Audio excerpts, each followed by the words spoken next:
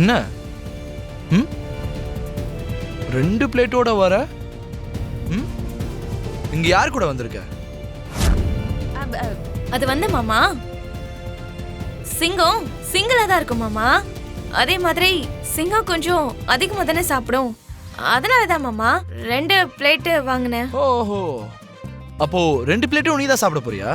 ஆ ஆ ஆ இன்னும் 2 பிளேட் கூட நான் வாங்கி சாப்பிடுவேன். ஏன், உங்களுக்கு ஏதாவது அப்ஜெக்ஷன் இருக்கா மாமா? ஐயோ, ச்சே.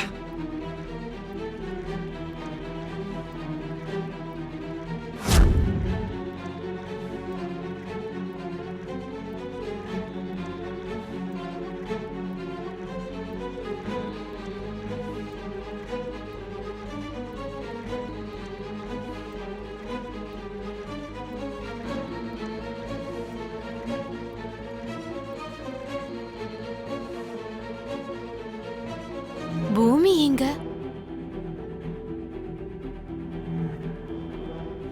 பூமி,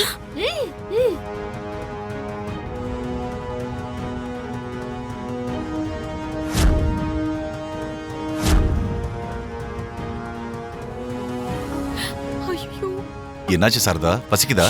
மயக்கம் வருதா? நீங்க சாப்பிடுங்க. என்ன உஷங்கற? என்னாச்சு? நீங்க சாப்பிடுங்க. ஓஹோ, இப்படி எங்க 2 பேரையும் நீங்க கண்காணிக்கிறீங்களா? பெண்களை இந்த மாதிரி கண்காணிக்கிறதெல்லாம் எவ்வளவு பெரிய குற்றம் தெரியுமா மாமா? அதெல்லாம் நான் அப்புறமா தெரிஞ்சுக்கிறேன். நீங்க 2 பேரும் முதல்ல வெளியே எங்க போனீங்கன்னு அத சொல்லுங்க. அது வந்து அத்தைக்கு தூக்கமே வரலன்னு சொன்னாங்க. தாலாட்டு பாடுற மாதிரி சும்மா அப்படியே வெளியில கூட்டிட்டு போனேன் மாமா. Shut up. எங்க அம்மா என்ன சின்ன குழந்தையா? வெளியே கூட்டு போயிட்டு ரோ ரோன்னு தாலாட்டு பாடுறதுக்கு? அது வந்து மாமா, வீட்ல கொஞ்சம் கொசு அதிகமா இருக்குல்ல மாமா, அதனாலதான் மாமா வெளியில போனேன். வெளியே இன்னும் அதிகமா தானே இருக்கும். நான் பாடுற பாட கேட்டா அதுங்க செத்துரும் இல்ல மாமா. ஓ, எனக்கு தெரியும். நீ வாய் மூடு. நீ இந்த மாதிரி ஏதாவது சமாளிச்சு பேசி என்கிட்ட தப்பிக்க பாப்பன்னு தெரியும். நான் எங்க அம்மா கிட்ட கேட்டுக்கிறேன். அப்ப நீ என்கிட்ட இருந்து எப்படி தப்பிக்கிறேன்னு நான் அப்ப பாக்குறேன். அது வரைக்கும் நிறைய டைம் இருக்கு மாமா. முதல்ல நீங்க நல்லா சாப்பிடுங்க மாமா. ஏய், மாமா, இட்லில சாம்பார் ஊத்தி சாப்பிட்டா எப்படி இருக்கும்னு நினைக்கிறீங்க? உன் முகர மாதிரி இருக்கும். அப்போ நல்லாதான் இருக்கும். ஓ, சாப்பிடுங்க மாமா, சாப்பிடுங்க. மாமா, இந்த சாம்பார் ஊத்திக்கோங்க. ஊத்திக்கோங்க மாமா. ஐயோ, சாரி மாமா. Idiot, stupid.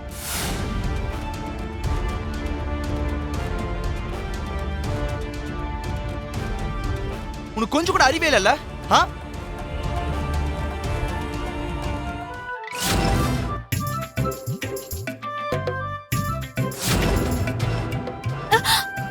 நீங்க என்ன பண்ற? அது வந்து அங்க ககன். ஓ, அதனால தான் நீ அப்பவே சைகை காட்டினியா? ஆமா. ஐயோ, சாரி மாமா, சாம்பார் உங்க மேல பட்டுரும் நான் நினைக்கல. நான் க்ளீன் பண்ணி கொடுத்துறேன் மாமா. ஒண்ணும் தேவையில்ல. அம்மாடி, அந்த கேபி கனவுல எல்லாம் வரல. மீரா ரூம்குள்ளதான் வந்திருப்பான், உயிரோட தான் இருக்கான். பூமி மீராவை ஏமாத்தி இருப்பான்னு என்னென்னமோ சொன்ன. அத நிரூபிச்சு காட்டுறேன்னு சொன்ன. இப்ப என்னாச்சு? அவ்வளோ தீவிரமா யோசிச்சிட்டு இருக்க? அதான் சித்தி, இப்ப கூட அந்த கேபி உயிரோட தான் இருக்காங்கறத நான் நம்புறேன். ஆரம்பத்துல இருந்து அதை தானே சொல்லிட்டு இருக்க. ஆனா மீராவை ஏமாத்துறதுக்காக நான் இருக்கிற இந்த வீட்ல கால் வைக்கிறதுக்கு அவனுக்கு அவ்வளவு தைரியம் வந்துருச்சான்னு யோசிக்கிறேன். இதுவும் பாயிண்ட் தாம்மா. உண்மையிலேயே அவன் உயிரோட இருந்தா இந்த வீட்ல காலை வச்சு திரும்ப அவன் உயிருக்கு ஆபத்தை ஏற்படுத்திக்குவானா? அப்படிதானே? அப்படிதானேம்மா?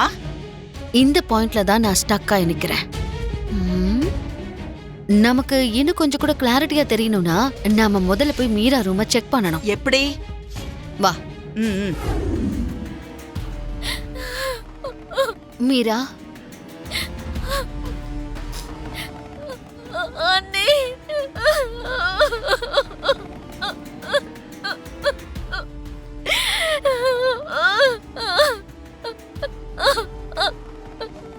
மீரா, நீ கவலைப்படுறத பார்த்தா என் மனசே வெடிக்கிற மாதிரி இருக்கு. என் மனசு ஒட்ட முடியாத அளவுக்கு நொறுங்கி கிடக்குமா? என்ன பண்றது அண்ணே, என் தலை எழுத்து இப்படி அமைஞ்சிருச்சு. அழாத மீரா, அழாத. ஆ, உனக்கு ஒரு விஷயம் தெரியுமா? உன்னோட கனவால ஒரு விஷயம் ப்ரூவ் ஆயிடுச்சு.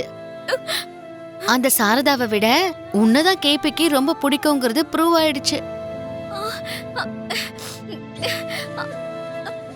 நிஜமாவா சொல்றீங்க அண்ணி? ஆ, அது எப்படி உறுதியா சொல்றீங்க?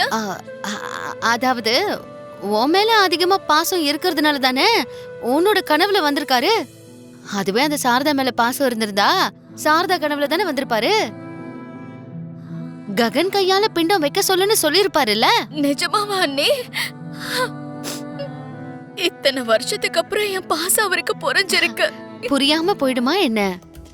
இறந்ததுக்கு அப்புறம் தான் உண்மையான அன்பை பத்தி அந்த ஆத்மாவுக்கு தெரியும்னு சொல்லுவாங்க. ம்.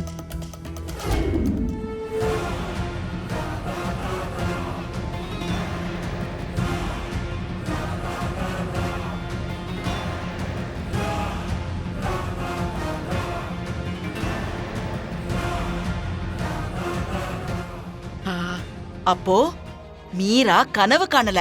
கனவு கண்ட மாதிரி பூமி ஏதோ செஞ்சிருக்கான். தைரியமா அந்த கேபி இந்த வீட்டுக்குள்ள வந்திருக்கான். அப்போ அவன் உயிரோட தான் இருக்கான், அப்படிதானே? இல்ல, அதுக்குள்ள நம்ம எதையும் முடிவெடுக்க முடியாது சித்தி. லைஃப்ல ரிஸ்க் எடுத்து அந்த கேபி நம்ம வீட்டுக்குள்ள காலடி எடுத்து வைப்பான்னு எனக்கு இப்ப கூட நம்பிக்கை வர மாட்டேங்குது. உண்மையிலேயே அந்த கேபி உயிரோட தான் இருக்கானா, இல்லனா உயிரோடு இருக்கிற மாதிரி நான் நினைக்கணுங்கிறதுக்காக என்ன அந்த பூமி யோசிக்க வைக்கிறாளா?